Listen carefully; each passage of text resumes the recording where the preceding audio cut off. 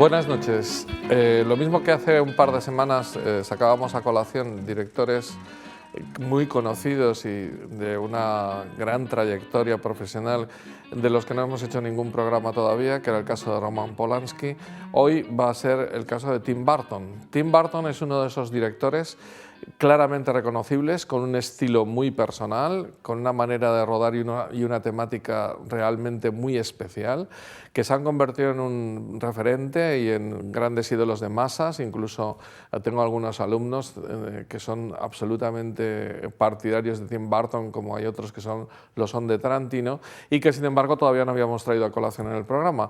Y vamos a coger una de sus mejores películas, si no la mejor, la más entrañable, que es Eduardo Manos Tijeras. De tal manera que esta película, que es una fábula preciosa, una fábula maravillosa, marca un poco o casi los dos estilos que tiene, ya hablaré de esto, Tim Burton, y los une un poco en esta película maravillosa. Lo primero que hay que decir es que la película efectivamente es una fábula. Cuando intentó coger a Tom Cruise para hacer la película, porque también fue la primera película que tuvo con Johnny Depp, y esa unión ha sido muy fructífera, de Tim Burton y Johnny Depp, para esta película, pero primero pensó en Tom Cruise, y cuando le pasó el guión y lo leyó, Tom Cruise le preguntó: ¿y cuándo va al baño Eduardo Tijeras? ¿O cómo va al baño? ¿O cómo come? ¿O cómo? Le hizo una serie de preguntas en las que Tim Burton se dio cuenta y dice: este hombre no ha entendido nada, y ya lo dejó fuera y buscó a alguien, y fue Johnny Depp el que, al leer el guión, le dijo que había llorado y todo, porque es una película súper entrañable que hay que entenderla desde el punto de vista de una fábula y no hacerse más preguntas de las necesarias, porque también que el creador le deja ahí con unas tijeras en las manos en vez de hacer otra cosa es también sorprendente, ¿no?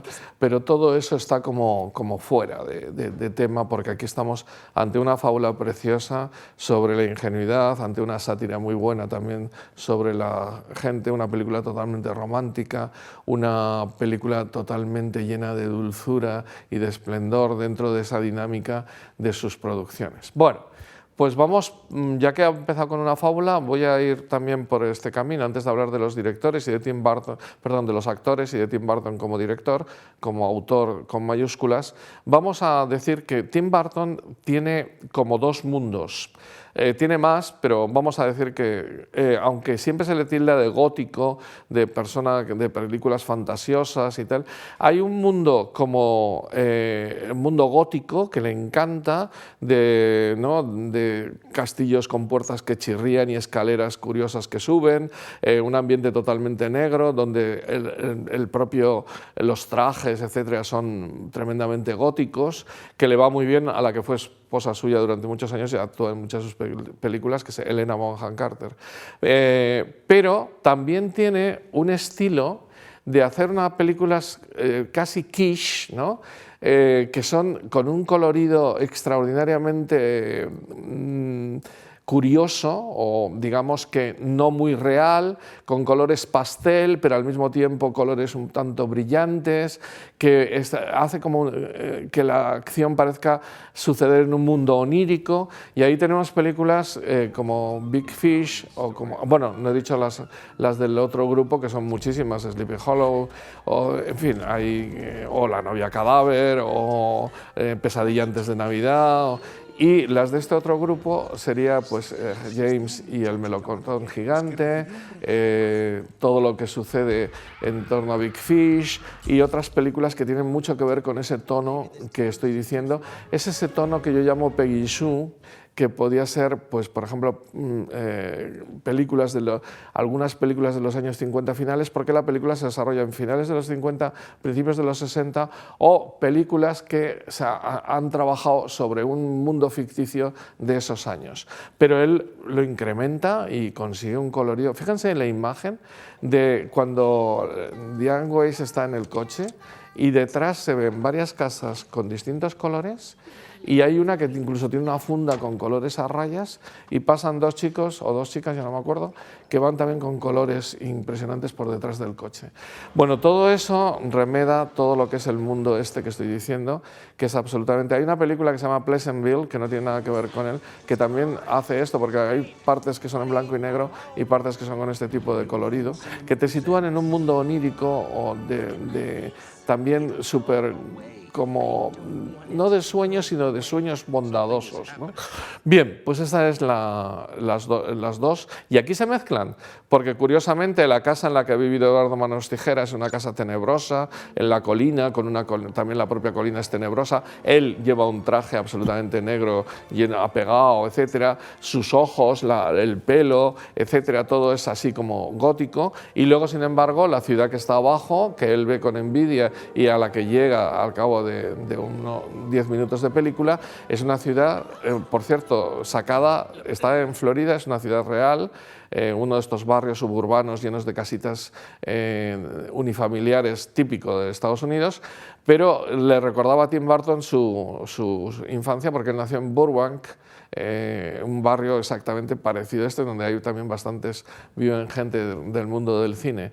Y solamente lo único que hizo en este barrio de Florida fue pintar las casas de colores pastel y, digamos, buscar un vestuario adecuado, etcétera, etcétera, pero realmente el barrio existe. Hay una ironía tremenda de la sátira que tiene la película, que ahora voy con ella. Por ejemplo, cuando todas las mujeres se tienen que retirar, han visto por primera vez a Eduardo Manos Tijeras, saben que está dentro de la casa y están fuera intentando husmear un poco, ¿no? Cotillear y tal, y llega el momento en que llegan todos sus maridos y entonces tienen que volver a las casas respectivas. Y se ve en un plano cenital como van llegando todos los coches de los maridos que van entrando. Típico American Way of Life, ¿no? Van entrando en sus garajes o en sus destos mientras ellas vuelven todos a la misma hora, ¿no? Bueno, pues eso es parte de la sátira, porque aparte de ser una fábula, de tener estos dos mundos unidos y mezclados, hay una tercera cuestión importantísima, que es la sátira. Es una sátira tremenda a esa sociedad criticona, que al principio todos, qué bien, la misma persona, el mismo señor que dice, tú no te dejes que te llamen minusválido, luego le llama, ¿has visto al tarao ese minusválido? Cuando ha cambiado, porque todos van cambiando, la que intenta seducirle, al final calumnia diciendo que se ha abalanzado él sobre ella, cuando ha sido ella la que se ha abalanzado sobre él y él no ha querido saber nada. En fin, todo ese mundo de llegar al principio por la curiosidad y luego al final a la calumnia, al hablar mal, a poner a caldo a la pobre mujer que lo ha recogido en casa, todo esa es una sátira preciosa de esos pueblos, tantos pueblos que hay por el mundo y en Estados Unidos también, en el que la sociedad es tremendamente cerrada, donde unos y otros parecen súper amables con barbacoas. Aquí hay una barbacoa, una fiesta de Navidad que al final no se produce. La barbacoa sí se produce y está allí todo el mundo con él y le piden además que corte los setos y que les haga cosas y luego, sin embargo, contra él, criticándole, etcétera, etcétera.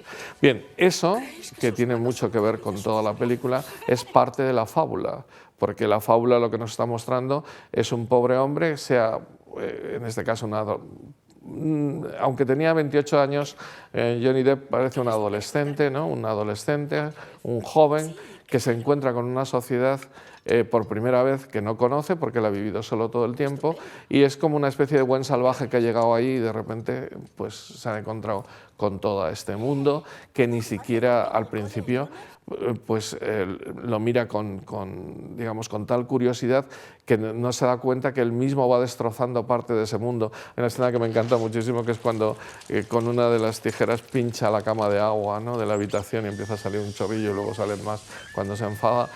Y eso, el primer enfado, al ver que la gente no le quiere y que su novia, la que él piensa que es su novia, aunque todavía no lo es, y que la quiere, pues está con otro, etcétera. Todo ese enfado, también de primer enfado, primera vez que se encuentra con cosas que no conoce y que se le vienen encima, cómo intenta salvar al niño, pero al mismo tiempo le hace daño con las cuchillas, en fin, todo ese mundo es maravilloso. Hay una escena bien bonita que es cuando intenta vestirse y no hay manera que se pueda vestir y le tiene que ayudar el papel de Peg, que es Diane West. Bueno, sátira, pero luego sobre todo un canto a la ingenuidad. Es un canto a una persona ingenua, maravillosa, que ve el mundo con los ojos de un niño y que todo le llama la atención.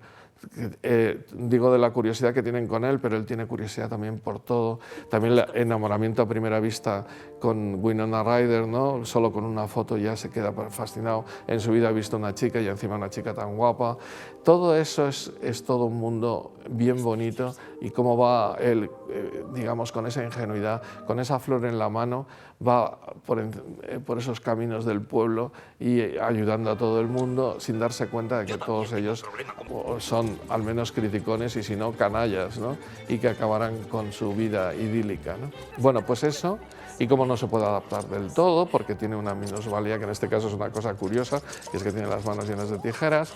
En fin, todo ese mundo es impresionante. Hay una cuarta cosa importantísima en la película, que es él mismo como obra, como le llaman criatura, es una creación, porque no sabes muy bien cómo llamarle. Es una especie de mezcla entre el personaje de Pinocho y el personaje de Frankenstein.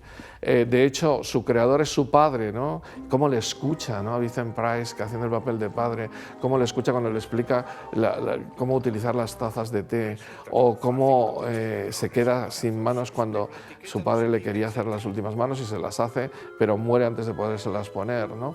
Y cómo le llama padre. Bien, todo eso tiene que ver mucho con Pinocho. Él es una unión de cosas que tiene que ver mucho con Frankenstein, además hecha por una especie de profesor mayor, en este caso no loco, el doctor Frankenstein en su día, en un edificio muy similar al de Frankenstein, gótico, tremendamente más de película de terror. Y también tendría que ver un poco con King Kong, en el sentido de que se enamora, pero él es como una bestia, ¿no? Tiene que ver con todo lo que es el mundo de las personas que no son propiamente los humanos aceptados por todo el mundo.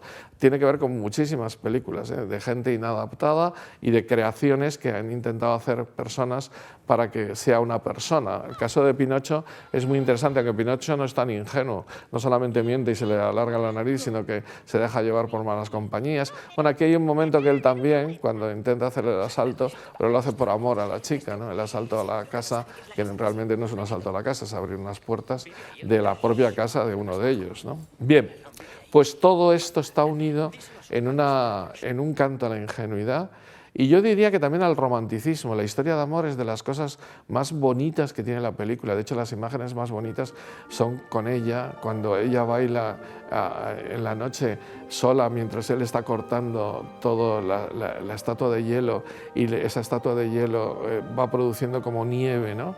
Y de hecho hay todo un mensaje ahí de que la nieve, lo dice la propia Winona al final de la película, la nieve desde antes no nevaba y a partir de ese momento empezó a nevar todos los años, ¿no? Y incluso él al final se le ve recreando, o se ve la estatua de ella en ese momento del baile. Es un enamoramiento tan bonito que de hecho se produjo en la realidad. Johnny Depp se enamoró profundamente de Winona Ryder y Winona Ryder de él. Además dijeron que era amor a primera vista. Él tomando una Coca-Cola en el primer día de rodaje, ella le vio, se quedó totalmente, y fueron pareja durante 3 años, y al final terminaron cuando se iban a casar, precisamente por la presión mediática de Hollywood. Johnny Depp llegó a decir que fueron demasiado sinceros con todo el mundo, eran muy jóvenes y no se dieron cuenta de que eso podía hundirles. Pero la verdad es que se nota que ese enamoramiento que tienen los dos personajes son reales, porque él la mira absolutamente con una cara de amor increíble y ella también. Son buenísimos actores, pero también es verdad que hay algo ahí de química, de chispa que sucedió en la realidad. Bien, y junto a este romanticismo también yo añadiría, y esto desde la última visión que he hecho de la película me ha parecido muy importante, la dulzura de la madre, la dulzura del personaje de Peck, de Diane Weiss, una actriz impresionante, que hace un papel que es dulce totalmente, incapaz de pensar mal de los demás, de una madre maravillosa, esas mujeres increíbles que nos hemos topado por la vida, ¿no? Algunas familiares nuestras, ¿no? Cercanas, que son tan buenas, que son capaces de siempre pensar bien, siempre estar pendiente de los demás, siempre con una dulzura sin cambiar nunca de cara, ¿no? Cómo le reprende a su hijo porque le está mirando demasiado o como tal, pero siempre, incluso cuando está está descontento con una cosa que ha hecho Eduardo Manos Tijeras, cómo le corrige con un cariño y cómo le llama a Eduard porque no le gusta que le llamen Ed, y el padre cuando le llama Ed también. También el padre participa de esto, es un padre sensacional, el papel que hace Alan Arkin. Bueno, pues esta sería la idea fundamental de disfrutar de la película como una fábula en la que se establece un vínculo bien bonito entre los personajes, sobre todo de la familia. Por cierto, el niño, Kevin, llegó a ser considerado para hacerlo Macaulay Culkin, que era la primera opción, pero estaba haciendo en ese momento, empezó a hacer solo en casa y tampoco lo cogieron al final, y le salió muy bien porque Solo en casa es la película que le ha dejado, digamos, en la retina de todos los espectadores del mundo mundial. Bueno, pues vamos entonces con Tim Burton, visto todo esto que hemos dicho, de lo que es la película y cómo hay que verla, y con esos colores tan bonitos y tan falsos, ¿no? Y al mismo tiempo tan satíricos y al mismo tiempo tan dulces, ¿no? Con todas estas caras que hemos ido viendo, vamos a hablar de Tim Burton. Tim Burton, ya he dicho que nació en Burbank, es un personaje que desde pequeño se había dedicado a dibujar muchísimo. De hecho, la primera cosa que hay de Eduardo Manos Tijeras es un dibujo que él hizo cuando era joven. Y su primera participación se la permitió la Disney haciendo unos bocetos de Toti Toby. Y tenía un poema que había hecho a Vincent, se titula así, Vincent, sobre Vincent Price, al cual, curiosamente, lo pudo contratar para esta película porque le encantaban las películas de terror que había hecho, la cantidad de cosas maravillosas que él había visto cuando era joven, y le dedicó una especie de poema de la cual sacó una película, un cortometraje, que todo el mundo, yo no lo he visto, pero todo el mundo dice que es una maravilla, que se llama Vincent, y que la Disney luego no promocionó, no lo puso en DVD, ni lo sacó, ni nada, pero que sin embargo tuvo un cierto premio, tuvo un premio incluso en el Festival de Chicago, en un festival que hay de cortos de animación. Bueno, total, que al final, perdón, de cortos, no de animación, al final el propio Johnny Depp empezaron a triunfar un poquillo y ya tuvo la posibilidad de hacer su quinta película, de hecho, pero la primera que está hecha bajo una productora y en plan bien, que es Beetlejuice. Beetlejuice es una película sobre fantasmas, ya saben, ¿no? Un matrimonio que muere y que busca un fantasma malísimo que se llama Beetlejuice, que es Michael Keaton, para intentar asustar a la gente y que le devuelvan la casa que ellos vivían. Es toda una imaginación desbordante, además con un personaje gótico, Winona Ryder, es la primera película de Winona Ryder seria y es con él, y le hace, pues eso, hacer de chica gótica, en papel en el que se sentía más cómoda Winona Ryder que en el papel así con el vestido blanco y tipo princesa de la película que hoy vamos a ver. Bien, entonces al final Beetlejuice tiene tal éxito que ya le llaman incluso para hacer Batman. Batman era un proyecto ya previo, pero a él le piden que haga la dirección y entonces cambia una serie de cosas. Por ejemplo, escogió a Michael Keaton para hacer del personaje de Batman cuando la gente quería la productora quería una cosa mucho más, un personaje mucho más musculoso. Pero como él creía que debía ser una persona normal, que de repente cambiaba y era Batman, y también lo de coger para hacer el papel de el Joker, también cogió a Jack Nicholson y estaba la cosa bastante, no gustó en la productora, en fin, que hubo una cantidad de cosas que él se impuso y empezó a buscar ese mundo suyo propio tan bueno, tan increíble, que ya en Batman se nota bastante, esa especie de decorados, de música también, de actores, de tal, en el mundo gótico, que luego lo repetirá en los otros Batmans, ¿no? Pero realmente Batman fue un momento notable en su vida y ya inmediatamente después hace Eduardo Manos Tijeras, que pasa al otro lado, no solamente al mundo gótico, sino, como decía, a ese otro mundo que le gusta mucho y que se verá en Charlie la fábrica de chocolate, etc. Bueno, por seguir una cronología, después de esta película de Eduardo Manos Tijeras, tiene Batman Returns, ¿no? El 92, esta película es del 90, no lo he dicho, pero el 93 se consolida espectacularmente con Pesadilla antes de la Navidad, que es una película que realmente es la última como guionista. Todas las anteriores las hizo él como guionista, pero esta es la última como guionista. Y al final, digamos que el estilo suyo se queda ya había como enganchado a esa película, ¿no? Curiosamente, el año 94 hace Ed Wood, una película sobre uno de los directores más, él dice uno de los peores directores de Hollywood. La verdad es que era un director que hacía películas de serie B, pero con Johnny Depp, que triunfa además como actor también, y se convierte en una película de culto, además en blanco y negro, sobre un director que ya digo que nadie le hubiese dedicado ni media página, pero que a él le entusiasmó. Después de Ed Wood, ya Batman Forever, otra vuelta de tuerca al tema de Batman, y aquí es cuando hace James y el melocotón gigante en dibujos animados, tal, también él dominaba el tema de las stop motions a partir de la que he dicho antes. De todo lo que hizo al principio con la Disney, y también en los colores estos que he dicho antes, de que es el mundo onírico amable, ¿no? El año 96 me sorprendió a mí y a todo el mundo, yo creo, con una película que es Mars Attacks, que es una película sensacional, pero de otro estilo también. Mete todas unas cuestiones de humor y de marcianos y tal. Un poco los marcianos tipo Ed Wood, marcianos muy malos, porque Ed Wood sobre todo hacía películas de ciencia ficción, pero estos que se le explota la cabeza con el sonido, en fin, una cosa realmente sorprendente, y algunas cosas como el perro, ¿no? La cabeza del perro y el cuerpo del perro que se le ponen a una señora, en fin, todo ese mundo. El año 99 vuelve sobre este mundo gótico que es Sleepy Hollow, que es absolutamente impresionante la película, como será el 2005 La novia cadáver o el 2007 Sweeney Todd, tres películas en esa línea que he dicho antes del cine gótico. Pero a mí me encanta, el periodo que va del 2001 al 2005, porque El planeta de los simios, esa revisitación del planeta de los simios, es una pasada de bonita, de bien hecha y de trabajada mucho mejor, con muchos más medios que la que se hizo la primera, aunque la primera me encanta. Esta es una maravilla de película. Big Fish, que es una vuelta a este mundo onírico, simpático y tal, como una fábula, ¿no? Y Charlie y la fábrica de chocolate del 2005, que me parece una película fascinante también, impresionante. Conecta el 2010 con Alicia en el País de las Maravillas, también a todo color, fenomenal, con Johnny Depp interpretando el papel fundamental. Y lo mismo ocurre con Miss Peregrine o El hogar para niños peculiares. Y el final de su carrera es, hasta hoy, el famoso Dumbo de la Disney.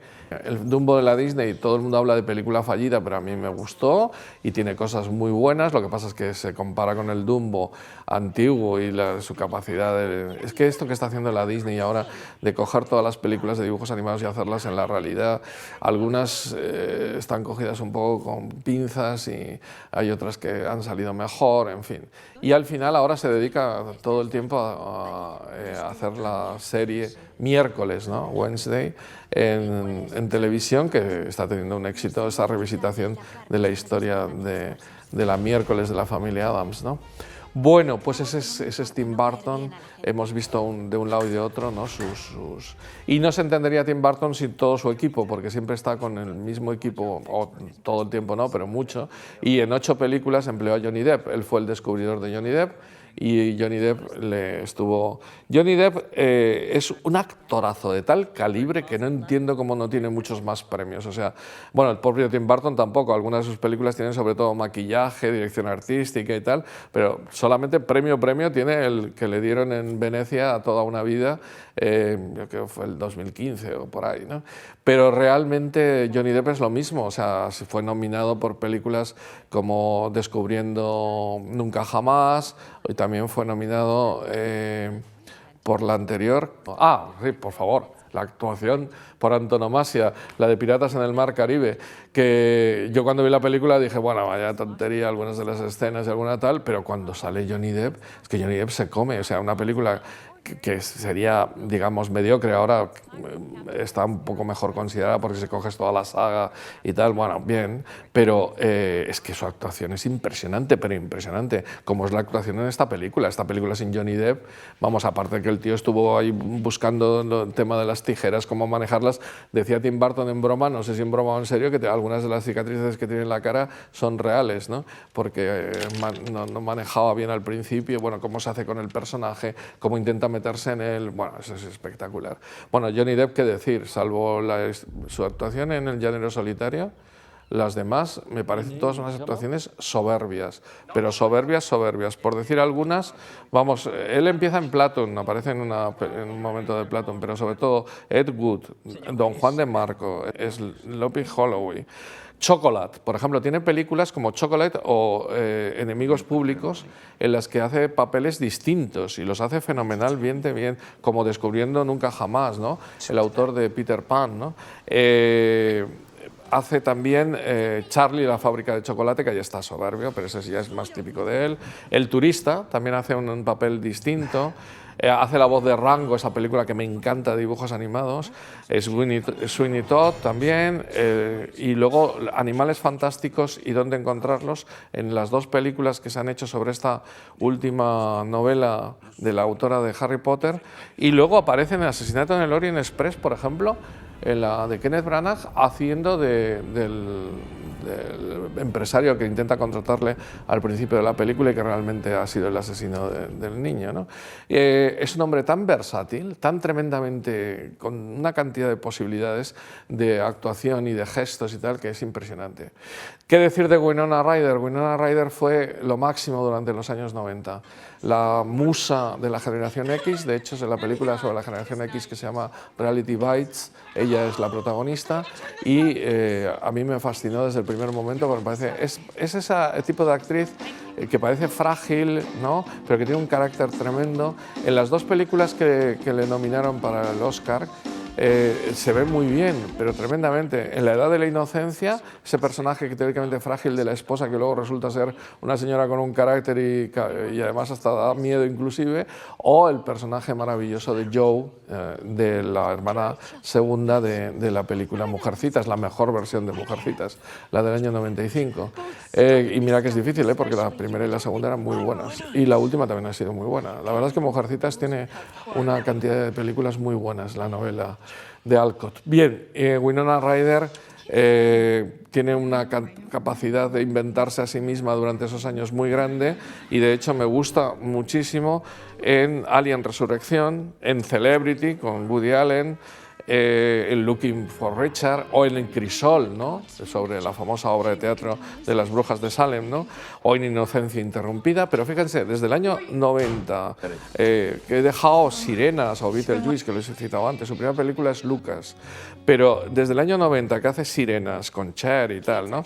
Y Eduardo Manos Tijeras, el año 92 ya hace Drácula de Bram Stoker con Coppola, hasta el año 99 que hace Inocencia Interrumpida, o vamos a decir el 2000 con Otoño en Nueva York, es prácticamente la actriz más importante de Hollywood durante todos esos años, al menos de su edad. Y justo ahí empieza una decadencia notable. En el 2002 hace Mr. Deeds, la célebre nueva versión de la película de Gary Cooper y todo esto que todo el mundo conoce de los años 30 de Frank Capra. Y cuando llega el 2005 va desapareciendo y a Dios gracias que en Stranger Things, desde el 2016, es la protagonista de una serie que ahora mismo está teniendo un éxito tremendo y que todavía sigue en pantalla pequeña en la televisión, que es Stranger Things, Cosas Extrañas. Esta madre que pierde su niño desde que desaparece su niño, etc. Y ahí la han vuelto a poner un poco en la gran actriz que es, ¿no? Y que ha sido, porque realmente es espectacular. De hecho, Keira Knightley y otras muchas actrices actuales le imitan o siguen esa tónica parecida a ese personaje teóricamente frágil, muy bonito y tal, pero que guarda una fuerza interior espectacular, ¿no? Bien, en Orgullo y Prejuicio, por ejemplo, o en otras. Bueno, y vamos entonces ya, porque como siempre me puede el tiempo, vamos con el resto. Diane Waste, a mí es una actriz que me encanta, pero que me encanta. Y es Dulce Hogar a veces y Bala sobre Broadway, fueron sus dos nominaciones al Oscar. Bala sobre Broadway la ganó con Woody Allen, y si se fijan las tres actuaciones, las dos que acabo de citar y la de hoy, es una actriz de una versatilidad espectacular, o sea, es capaz de hacer papeles muy distintos.